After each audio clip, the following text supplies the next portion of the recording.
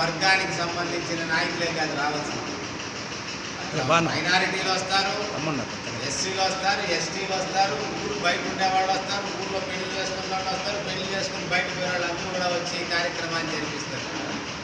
కాబట్టి నా ఉద్దేశంలో ఏమంటే ఒకవేళ 6వ తేదీ అయ్యవారు చెప్పి గంగ జాతర అంటే చాటు పెట్టేస్తాం.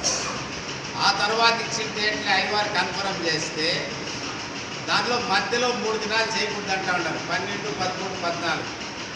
కాబట్టి గతంలో ఏం చేస్తూ ఉన్నాం, చాటు పెట్టి నుంచి జాతర వరకు కూడా ఒక్కొక్క కులానికి చెందిన వాళ్ళు ఆ రోజు పూజలు అన్నదానాలు చేస్తూ ఉన్నారు. ఈ మధ్యలో నిలిచిపోతూ ఉంది మనకు 3 దినాలు. కాబట్టి నేను చెప్పేది ఏంటంటే ఒక వర్గానికి ఇచ్చి ఒక కులానికి ఇచ్చి వాళ్ళు చేసేది వీళ్ళు చేసేది అక్కర్లేదు. ఒకవేళ అట్లా మధ్యలో బ్రేక్ వస్తే అది గుడి తరఫునే చేసేయండి, అభిషేకాలు చేయండి, అంతే. గుడి తరఫునే చేయాలి, కానీ ఏ కులానికి ఏ మతానికి ఏ వర్గానికి చెందిన వాళ్ళు దయచేసి చేయలేదు. 3 రోజులే కదా మొత్తమే. నువ్వు 3 దినాలు గ్యాప్ ఇస్తావు, ఎవరికొవరికి కట్ అవుతుంది, వాళ్ళు ఏమంటారు మాకెందుకు తీసేసినారు ఇంకొద్దు చెప్తారు. దానికేం చెప్తావు, అది వద్దు, అది గుడి తరఫునే చేయండి. దానికి కూడా మేము గుడి తరఫునే చేసేయండి, వేరే వాళ్ళు అక్కర్లేదు.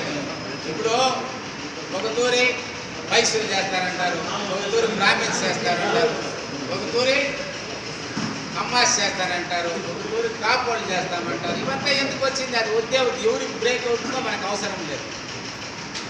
అందరూ ఎవరు ఏకీభవించి ఎవరైతే కమిటీని వేసుకుంటారో, ఎవరైతే కమిటీ నిర్ణయిస్తారో వాళ్ళు చేయాల్సిన బాధ్యత ఏమిరా అంటే గుడి తరఫున వాళ్ళు చేసేయాలి. తెల్లారితో సాయంకాలము 2 పూజలు వాళ్ళే చేసుకోవాలి. ఇంకా ఎవ్వరు కానీ ఏ కులానికి ఏ మతానికి వచ్చిన వాళ్ళు బట్టి చేయొద్దంట. ఎవరికన్నా అన్నదానం చేయాలంటే వాళ్ళు సొంతంగా చేసి పెట్టుకోవాలి, అంతే. వాళ్ళు తెచ్చి పెట్టుకొని వాళ్ళు అన్నదానం చేసుకోవాలి. అది నా అభిప్రాయం. దాన్ని బట్టి అందరూ ఏ విధంగా నిర్ణయిస్తే ఆ విధంగా పోతాం. దీనిలో దేనికి సంబంధం లేదు. ఎందుకంటే జాతర అయిపోయిన తర్వాత, ఎలక్షన్ అయిపోయిన తర్వాత 5 ఏళ్ళు నువ్వు నేను అందరూ ఉంటే మళ్ళీ ఎవరు పెట్టా ఉంటే నేను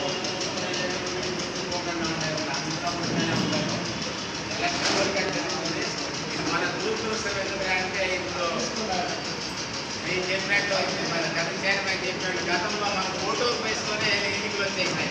పోయిన ఎన్నికల్లో గత 5 ఏళ్ళు వెనకాల ఇప్పుడు మనకు 4వ ఫేజ్ వచ్చింది. ఒకవేళ ఆ ఫస్ట్ ఫేజే కానీ వచ్చిందంటే ఈ సంబంధమే దీనిపాటికి జరిగేది. 4వ విడతలో మనకు ఆంధ్రప్రదేశ్ వచ్చిన దానివల్ల ఆ 4వ విడతలో 13వ తేదీ ఎన్నికలు వచ్చిన దానివల్ల మనకు తరతరాలుగా 13, 14, 15 గంగ జాతర అనేది అది ఫిక్స్ అయిపోయింది. ముద్దరగొట్టేట దాన్ని కలంనేరులో ఉంది. ఇప్పుడు దాన్ని చేసేదానికి కాదు కాబట్టి ఆ డేట్లోనే ఎన్నికలు వచ్చింది కాబట్టి ఒక విధంగా ఇట్లా పోలీస్ ప్రొటెక్షన్ కానీ మనకు గుంపులు చేరే విషయంలో కానీ మనస్పర్ధలు రాకుండా ఉండాలంటే మార్చుకొని అయ్యవారి గడికి మార్చుకొని ఏ డేట్లో అది ఫిక్స్ చేసుకొని ఇది నా సొంత అభిప్రాయం మీకు తెలియజేస్తాను.